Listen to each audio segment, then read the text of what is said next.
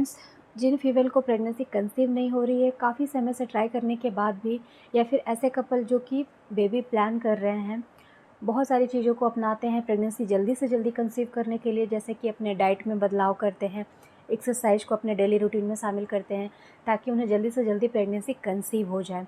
कई बार ऐसा होता है कि हमें किसी भी तरह की कोई इनफर्टिलिटी रिलेटेड इश्यूज़ नहीं होते हैं, सिर्फ विटामिन्स, मिनरल्स, प्रोटीन्स की डेफिशिएंसी की वजह से प्रेगनेंसी कंसीव नहीं होती है। तो ऐसे में डाइट को ठीक करके आप जल्दी से जल्दी प्रेगनेंसी कंसीव कर सकते हो।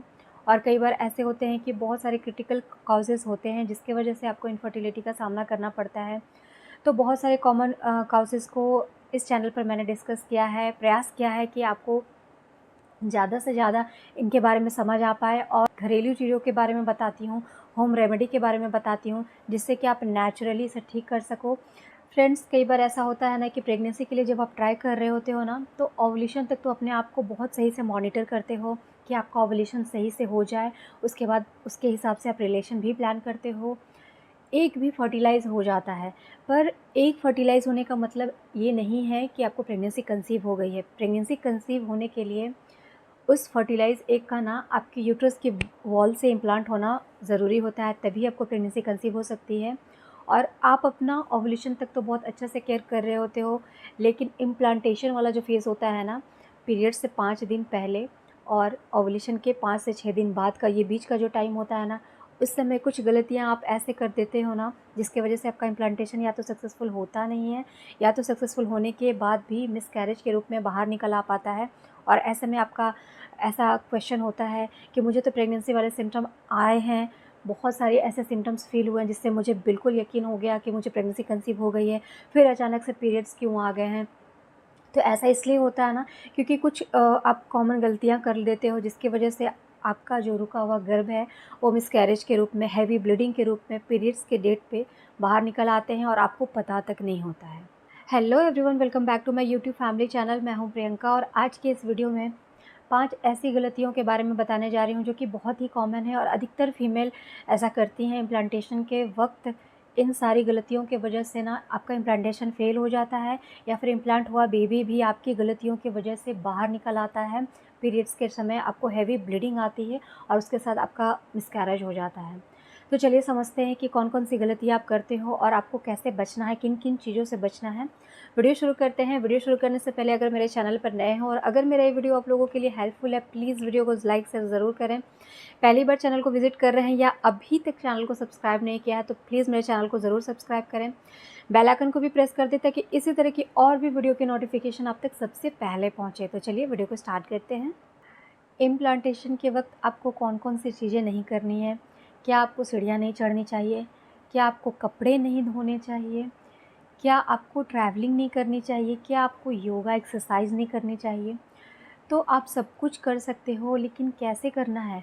आपको एक बात का ध्यान रखना है कि आपको किसी भी तरह से कोई भी काम करते हुए बॉडी को झटके नहीं लगने चाहिए, ज़र्क बिल्कुल भी नहीं लगने चाहिए, क्योंकि आपकी बॉडी में इम्प्लांटेशन का काम चल रहा होता है और ज़र्क के वजह से आपका जो इम्प्लांटेशन है वो फ़ेल हो सकता है।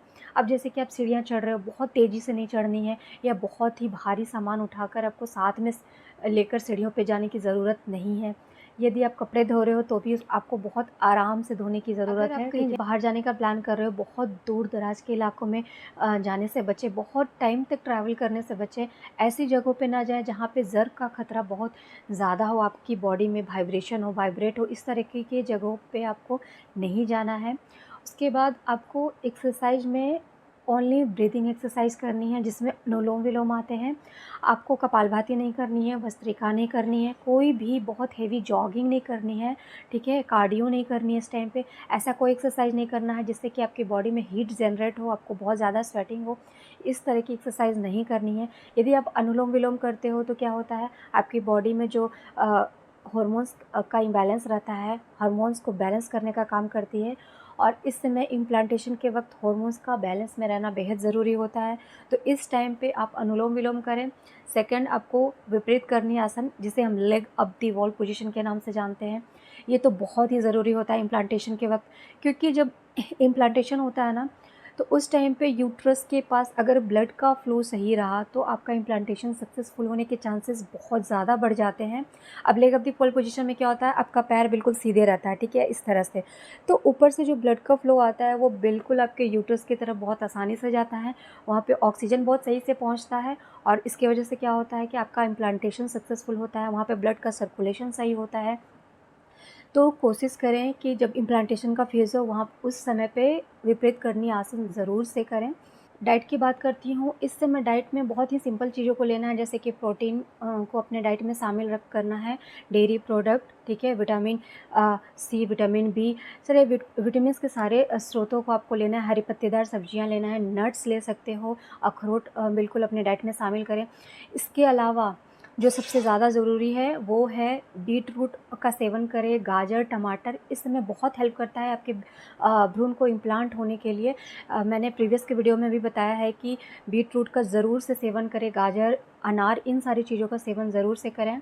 आयरन आपको बहुत अच्छी मात्रा में लेनी होती है, कैल्शियम अच्छी मात्रा में लेनी होती है, इसलिए डेयरी प्रोडक्ट का भी सेवन इस टाइम में आपको करना है। आपको अवॉइड क्या करना है, तो बाहरी चीज़ों को अवॉइड करें, क्योंकि अगर आप बाहरी चीज़ों को खाते हो या फिर पैक्ड फूड को खाते हो तो क्या करता है, आपके हॉर्मोन्स के लेवल को गड़बड़ा देता है, जिसकी वजह से आपका इम्प्लांटेशन अनसक्सेसफुल हो सकता है। तो बाहरी चीज़ों को जितना हो सके उतना ज़्यादा आपको अवॉइड करना है। इस समय गर्म चीज़ों के सेवन से बचें। आपको इस समय दालचीनी अगर आप यूज़ कर रहे हो, पीसीओडी की प्रॉब्लम है और दालचीनी को यदि आप ले रहे हो तो कुछ टाइम के लिए अगर आपकी बॉडी की तासीर बहुत गर्म है तो इम्प्लांटेशन वाला जो फेज़ होता है ना, पूरा 1 वीक, उस समय आप दालचीनी को बंद कर दें। गर्म मसालों, गर्म चीज़ों का सेवन इस वक्त ना करें तो बेहतर होगा। इम्प्लांटेशन के टाइम पे हेयर वॉश आपको नहीं करना है। हेयर वॉश ट्रिक के बारे में बताया है कि यदि आप इम्प्लांटेशन के टाइम पे ना हेयर वॉश करते हो तो क्या होता है ना कि आपके बॉडी के जो हॉर्मोन्स हैं वो ऊपर नीचे हो जाते हैं, प्रोजेस्टेरोन लेवल डाउन हो जाता है हेयर वॉश करते ही, और जैसे ही प्रोजेस्टेरोन डाउन होता है आपके इम्प्लांटेशन अनसक्सेसफुल होने के चांसेस अधिक हो जाते हैं। तो इस टाइम पे किसी भी हाल में कुछ भी हो जाए, यदि आपको प्रेगनेंसी कंसीव करनी है, हेयर वॉश ट्रिक को ज़रूर फॉलो करें। फ्रेंड्स, इम्प्लांटेशन वाला जो टाइम होता है इसमें आप कांटेक्ट में ना रहें, रिलेशन प्लान ना करें। ओव्यूलेशन तक आप रिलेशन में रहो, उसके बाद का जो 1 वीक होता है ना, उस टाइम पे आपको कोई रिलेशन प्लान नहीं करना है, क्योंकि यदि आप रिलेशन प्लान करते हो ना तो हो सकता है कि आपका जो गर्भ प्रतिरोपित हुआ है यूट्रस की वॉल से वो बाहर आ जाए, बहुत चांसेस होते हैं। तो इसीलिए इम्प्लांटेशन वाला फेज़ है, उस टाइम पे कभी भी रिलेशन प्लान करने का ना सोचें। यदि आप अपने डाइट को इस टाइम पे सही रखते हो ना, अगर इस समय आप चुकंदर, गाजर, टमाटर या फिर आप अनार का सेवन करते हो तो इससे क्या होता है ना कि आपकी जो एंडोमेट्रियम लाइन की जो थिकनेस होती है, जो आपका यूट्रस का वॉल होता है जिसमें बेबी इम्प्लांट होता है ना, उसकी थिकनेस सही रहती है और इम्प्लांटेशन सक्सेसफुल होता है। तो आप ट्राई करो कि इस समय गाजर को जितना ज़्यादा खा सको अपने डाइट में गाजर को शामिल करो, चुकंदर को शामिल करो, ठीक है। फ्रेंड्स, ये सारी चीज़ें हैं, इन सारी गलतियों की वजह से आपका जो इम्प्लांटेशन है वो अनसक्सेसफुल रह जाता है। इतने सारे कोशिशों करने के बाद भी प्रेगनेंसी कंसीव नहीं हो पाती है, क्योंकि ये छोटी-छोटी बातें हैं पर आप इग्नोर करते हो या फिर आपको पता नहीं होता है इन चीज़ों के बारे में। तो मैंने प्रयास किया है, कोशिश की है इन चीज़ों को डिटेल में बताने की, समझाने की आपको।